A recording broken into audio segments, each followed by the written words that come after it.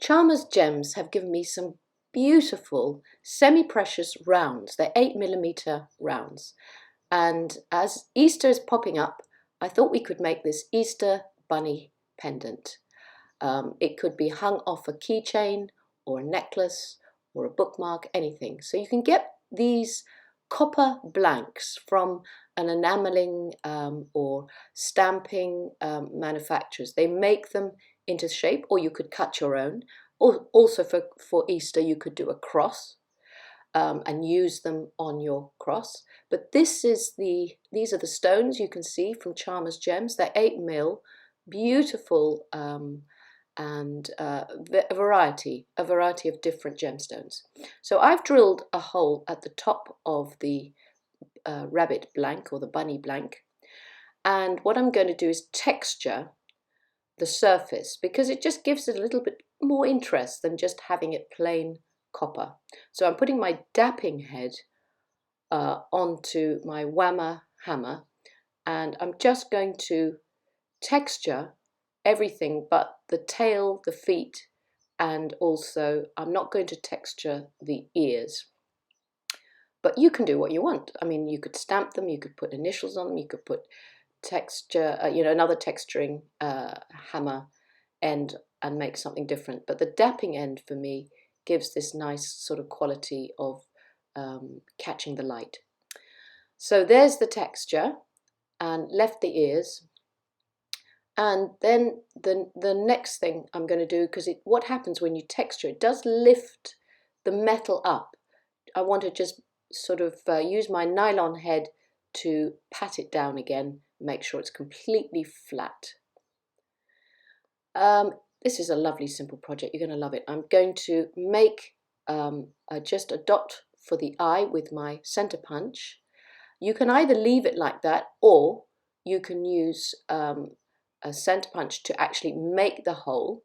So depending what tools you have to hand, you can make a physical hole, and that is for the eye. Or if you just do the half punch, you can put color that in with a permanent marker. So there we have the eye. So we're almost there. Now we're ready for the gemstones, the fun bit. So look at this beautiful selection. You can choose whatever. You could either put them in the center or put them on the tail.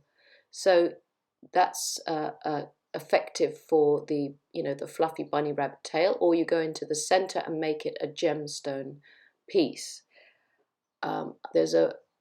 You can see all the different varieties here. The howlite is actually quite good for the fluffy bunny tail, because that could just be glued onto the end like that to finish it off, and I think that works quite well. But I do like my gems to be in the center of my piece, because it could be the birthstone of the person, and I'm taking this red jasper one out. I think I'm going to use that one. It blends with the copper, it doesn't contrast, and I'm using 1mm wire to make a circle that will surround the stone, and it'll make it look like a sort of fake setting. So I've actually got these bail making pliers that are the right size, but you'll need to find a pen or a pencil to wrap around if you don't have those pliers, that will make a circle that will hug around the 8mm semi-precious stone. So I'm just taking off the squished ends, and now I'm just going to manipulate the wire so that it comes together and sits as flush as possible. You really don't want to have a big gaping hole there. You want to have it as flush as you can get it where it meets, and then just obviously check that it fits around neatly, and that works well for that stone. And then all that's left is a bit of glue. If you wanted to, if you had silversmithing equipment and you wanted to solder everything, of course that's the proper way to do it. I'm showing you this as a fun little instant craft project, really. because a lot of you might not have the tools and equipment to solder and cut and saw the shapes. So I'm just saying you can get all these sort of blanks from stamping or from enamelling.